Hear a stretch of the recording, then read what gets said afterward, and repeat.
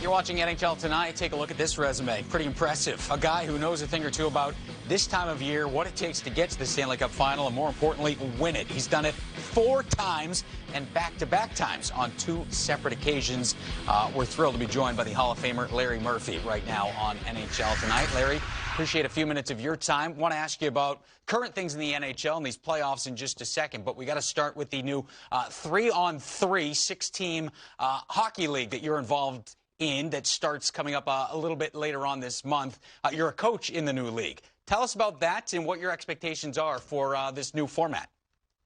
Well, it is what you just mentioned. It's 3-on-3 hockey. It's basically taken overtime hockey from the National Hockey League during the regular season and making a game of it. So it's a high pace, a lot of scoring chances, a lot of excitement. For me, it's the first time I've ever coached, so a great opportunity. Excited, these young guys. You see the list of coaches. I know Trotz has been on and Claire been on NHL Network. So we're all excited about this. We're looking forward to it. It's the competitive juices are starting to flow again, so to speak. As I say, I've been on the broadcast side of it with regional sports here in Detroit, the Bally Sports. And for me now, it's getting back on the competitive side as a coach is an exciting opportunity for me. So when I was asked from Craig Patrick, the commissioner gave me a call and said, hey, do you want to do this 3-on-3 thing? You want to coach? Hey, yeah, I'm all over it, Craig. And it's coming to fruition.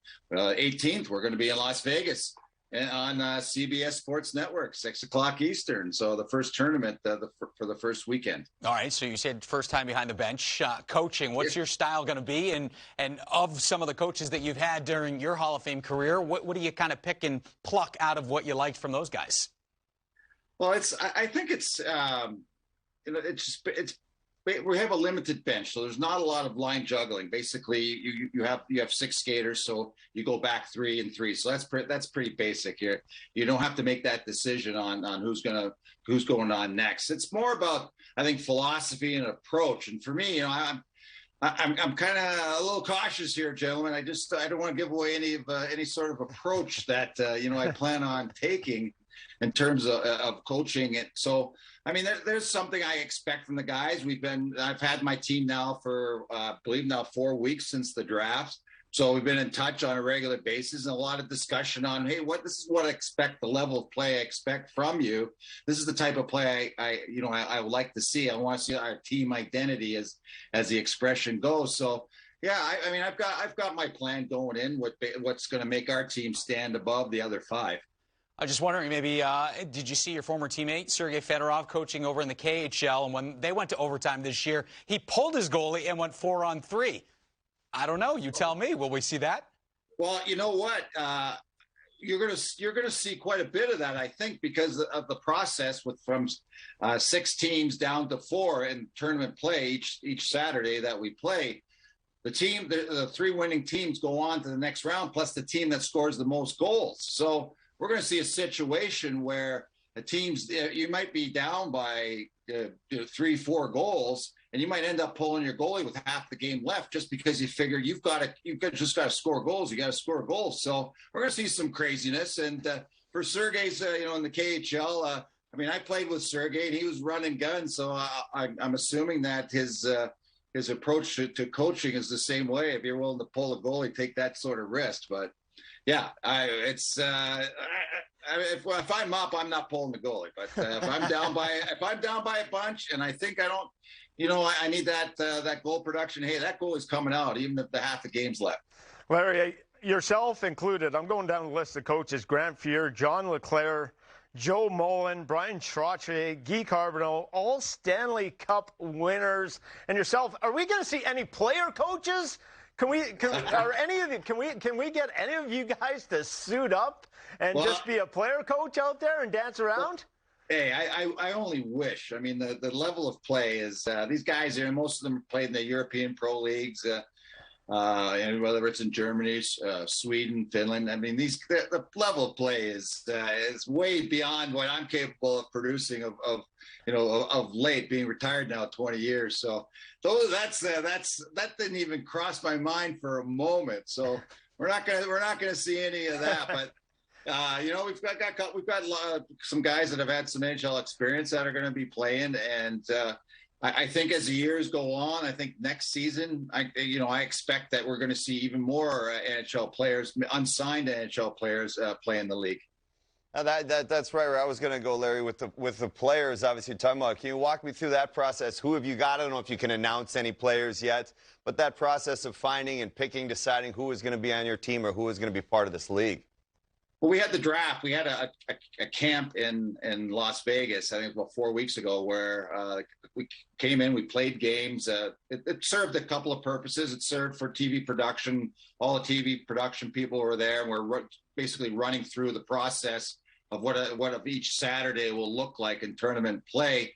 But at the same time, we were grading these players, analyzing, trying to decide who we want to draft. And the draft, of course, was at the end of the camp. That's how we ended up with a team. And it's kind of funny. We're all sitting there. We're all sitting together. We're watching these kids play out there, and you got your notebook, and you're kind of making sure that you're holding it close to the vest, because you don't want to give away any sort of secret. And on draft day, it was a blast because I've never been through that process. Now I get a sense of what NHL teams go through on draft day. I had a kid, a player that this guy's going to fit in nice at my second defenseman, and just keeping your fingers crossed. And it happened to me. All of a sudden, he gets the guy. I can't remember who picked before me. It might have been Guy Carbon. I'm not sure, but ended up taking this guy. And you go, oh my God, you're just so close to rounding out your team. So.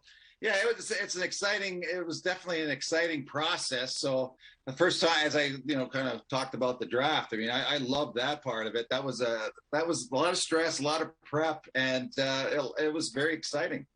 Speaking of experiences, and something you have experienced is exactly what Tampa's going through right now. You've won back-to-back Stanley Cups on 2 separate occasions with Pittsburgh and Detroit.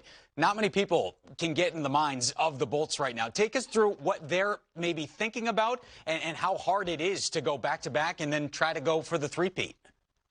Well, looking at the mathematical probability, it's such a long shot, of course. But I mean, you do have the advantage of Tampa Bay did last season, of course, going back to back.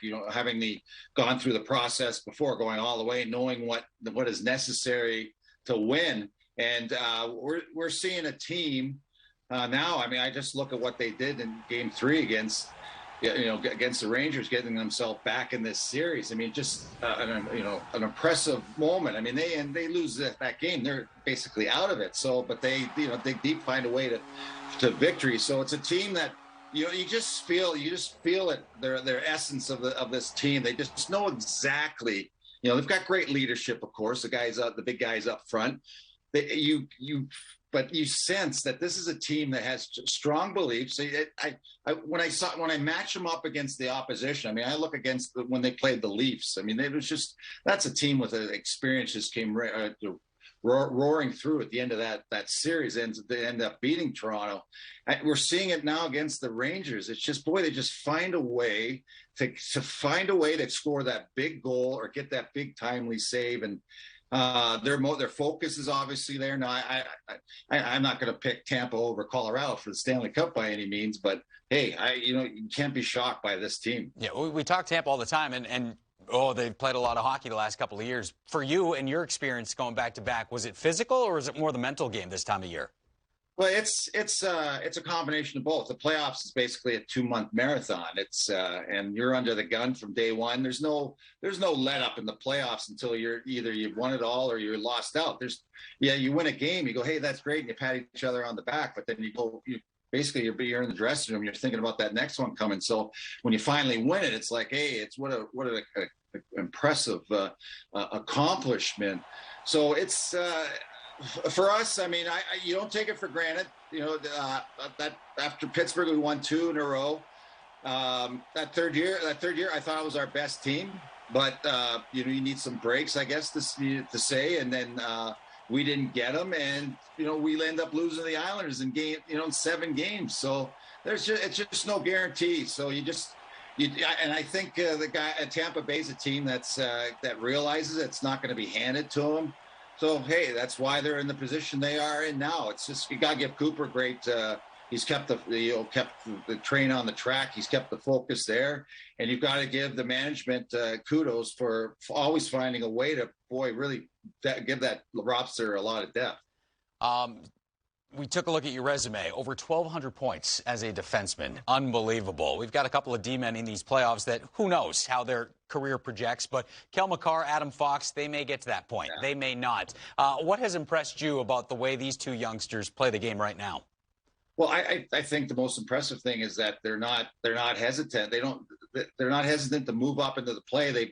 They do a good job in terms of selection of time and at what point do they get themselves involved. But they're more than willing to lead the way, so to speak, carry the mail, take that, create the offense. Not a case of kind of coming in as that fourth guy. Both these guys are willing to get themselves right in the thick of things, and it's great to see. The game has definitely swung back. I think we saw a time there, like when I played in the 80s, it was a defense where you could name off 10, 12 guys that came into this league and just were really strong offensively. Then it got the game kind of got away from that, but now we're seeing it back now. And those guys, Fox and McCarr, I mean, those just tremendous, playing at a incredible level. I mean, and these guys have a lot of hockey left to them. I'm anxious to see where they're going to be, 15, 20 years from now when you start adding up all the numbers, because they are just tearing it up. Larry, you're around the Red Wings. How close are they to turning the corner? You got Lucas Raymond and Mo Seider. And should Mo Seider win the Rookie of the Year, in your opinion? Well, I mean, Seider's a hands-down winner. I mean, there's no. I think it's. I don't know. Landslide might be a little too strong how to sum up the voting, but by far the best rookie in the league, and to no surprise, I mean, the path that the guy has taken. I mean, last year, or not this season, but the previous season, the best defenseman in the Swedish league. I mean, he knew he was going to play for the Wings. He comes in, impressive from day one. I would say, literally, by week 3 of the season, he was the best defenseman on the team, and he was a rookie, and he was on it. And that's not a team. He really stood up well. Considering that wasn't a team with a tremendous amount of support around him. It's much easier for a young guy, and you can say the same for Raymond, really excelled too. It's much easier for a young guy if he's on a top team and he's out there with top echelon players on a consistent basis. That wasn't the case for those two. And for Seider, boy, did he stand out. He can play all ends, both ends of the rink, physical game, the finesse game. So, I mean, I wouldn't be surprised if the conversation next year is, well, where does Seider fit in the Norris Trophy situation? Because he was had a coming off a tremendous season, called the trophies his.